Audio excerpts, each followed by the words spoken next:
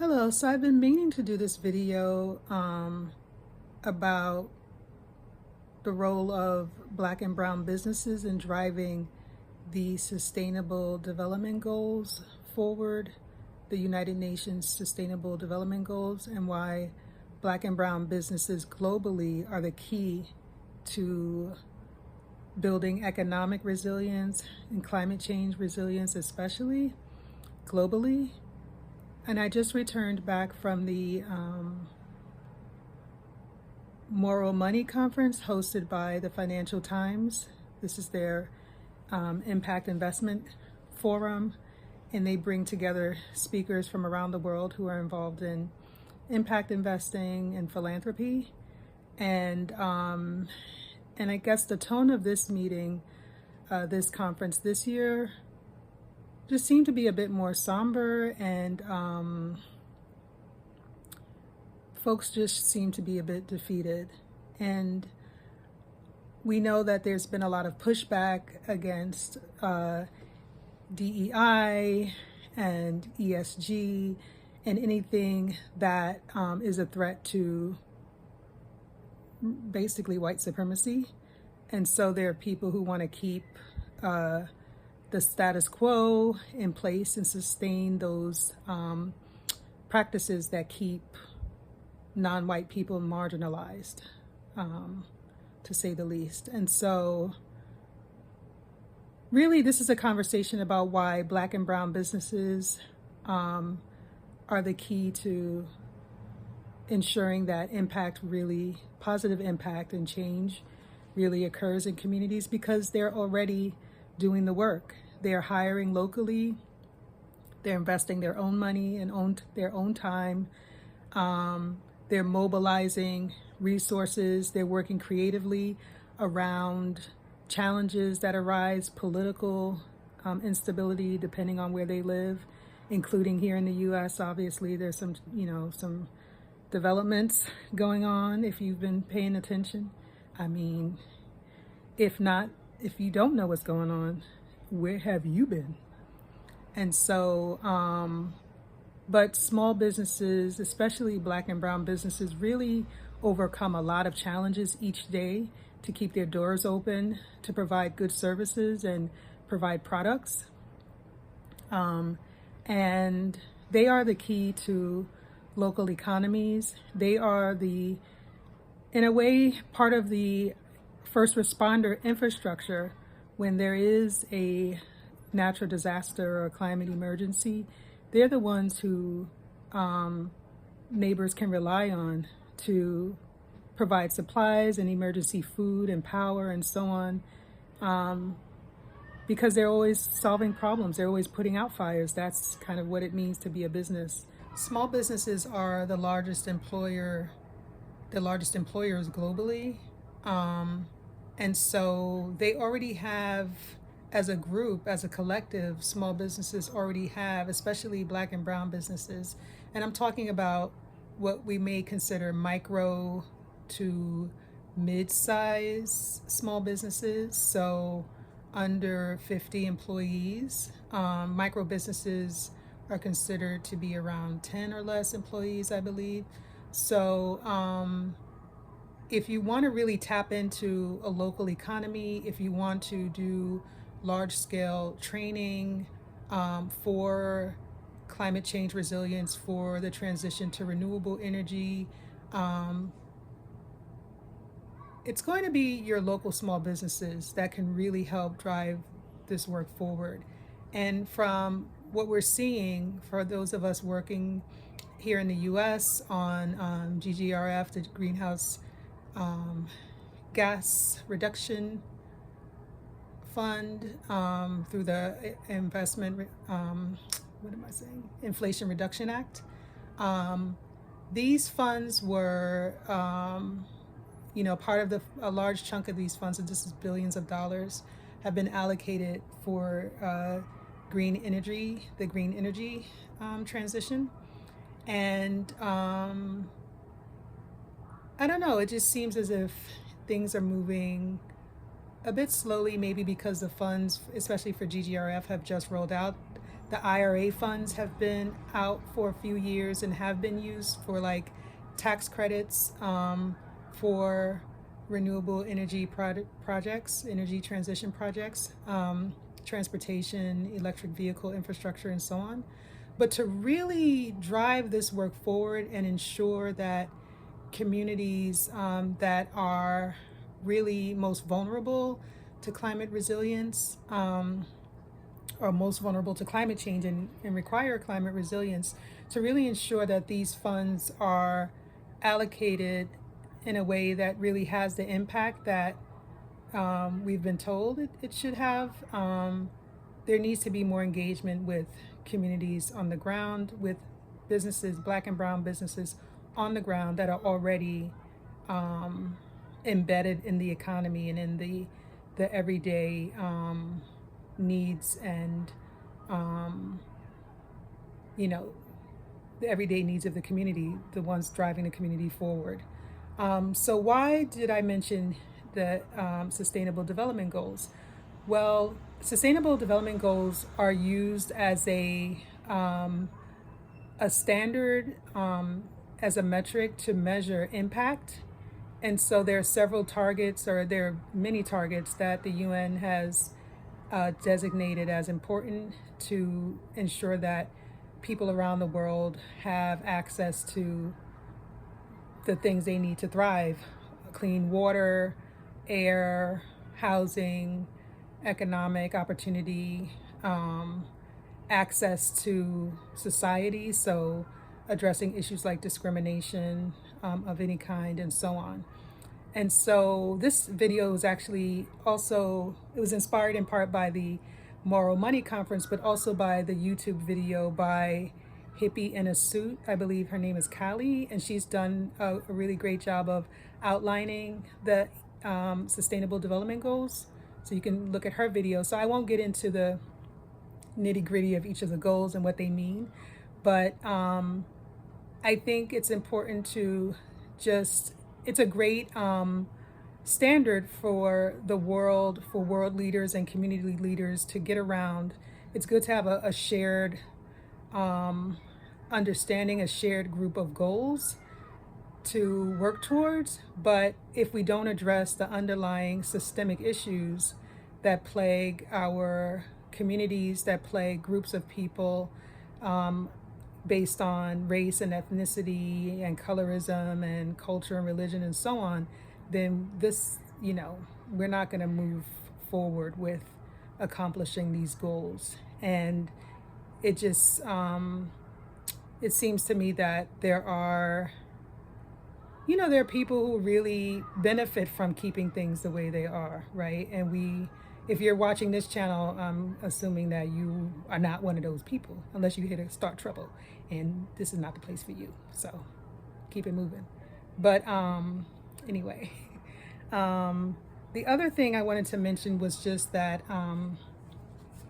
it's important to, and I'm just looking at my notes here, it's important to highlight some of the models that are already out there to just inspire, to keep us inspired and keep us in the game, and have kind of something, a North Star, or maybe many different North Stars depending on your interests, but many examples, shining examples, beacons of hope for what's possible despite the opposition and challenges. And so I want to highlight, some of the funds, community investment funds, like the Boston Ujima Project, that has a democratic process of equity investment and lending in Black and brown communities in Boston, Massachusetts, in the US. And they were developed, from my understanding, out of a local NAACP chapter that decided to really dig into economic resilience and challenges with access to banking and access to credit for Black and brown businesses in their community. And so they were able to build a multi-million-dollar fund over a really short period of time, I believe around 2020, 21 or so, during early COVID days.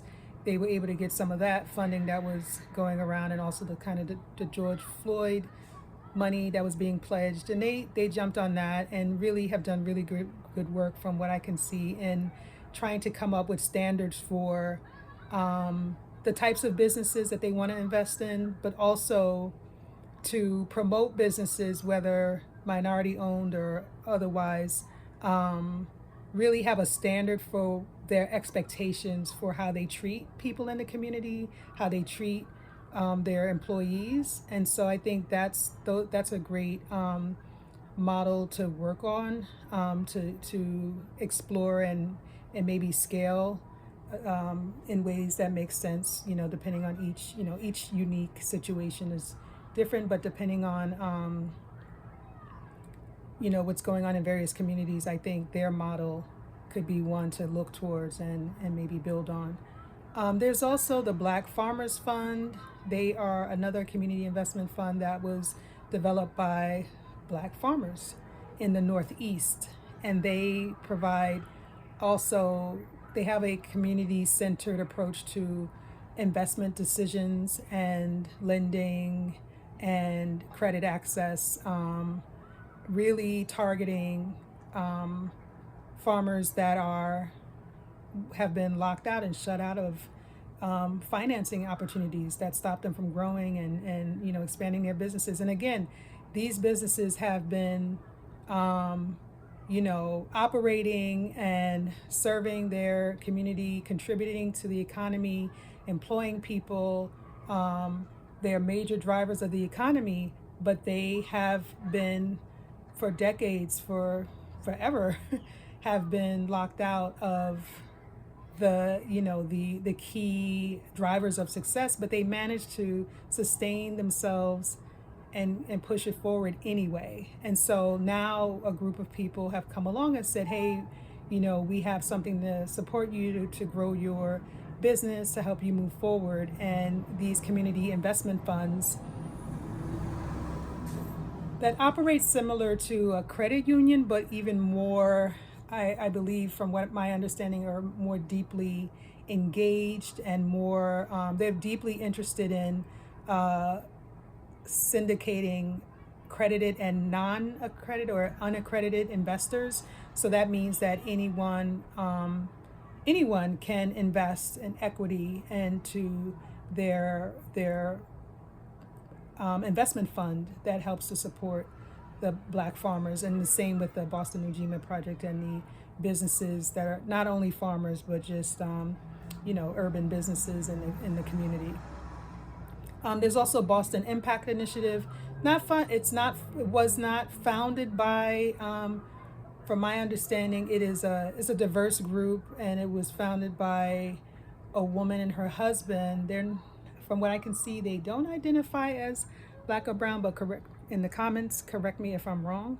But they've done, Boston Impact Initiative is also supporting groups like Boston Ujima Project and other Black and brown led investment funds that are popping up, and they also invest in Black and brown businesses. So there are a number of allies, because this work could not be done without allies that are not Black and brown, right? We need everyone, all hands on deck. But really, for those that are concerned about issues of systemic,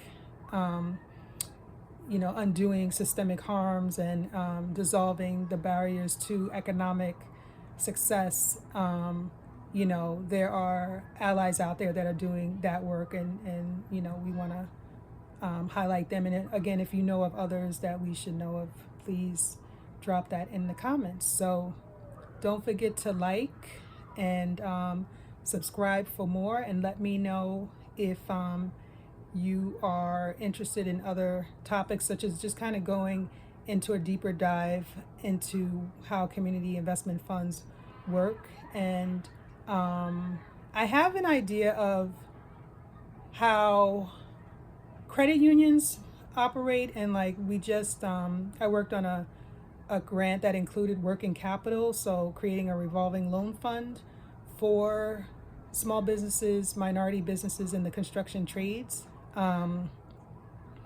And that was because of the small businesses, minority businesses, black and brown businesses in the construction trades that helped come up with the concept.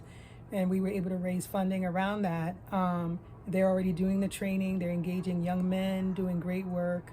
Young men who would otherwise be labeled, I guess, as disconnected, and they are connected, and they're on their pathways to, getting certification so they can do building maintenance and construction. And so those businesses are being supported. The businesses that are doing the training and, working in the community and engaging young people are also eligible to participate in the fund and receive low cost loans to help grow their businesses and expand their businesses. So it definitely takes a village, and I think the SDG goals, the Sustainable Development Goals, is on the right track, but the process in engaging communities on the ground just seems to be lacking. And I've talked about the US mostly. I'm also involved in projects in Uganda with like a social venture that's doing a lot of great work around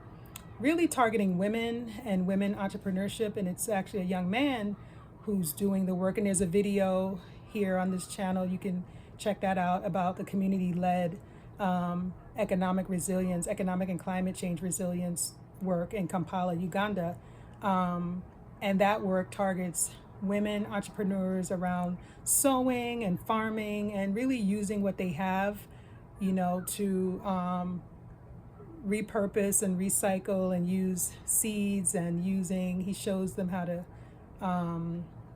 do all kinds of, just kind of make things that they can sell and really, kind of boost the income in their household. And that work, our involvement was to just support their, some of the back office stuff, their kind of the tech and some strategic planning and operational needs they had. So we had a fellow work with them and give them support, and we engaged the leader of that group as a fellow as well. And so I think there's some really great examples. I think although there's a lot of opposition to level the playing field and dissolving those systemic, race-based, problems that we have, that there are a lot of, there's a lot of positive things happening and people really pushing their agendas forward despite all the obstacles. And we really need to look towards these black and brown businesses and really continuing to drive this work forward. So thank you for watching. Don't forget to like and subscribe. That's all for now.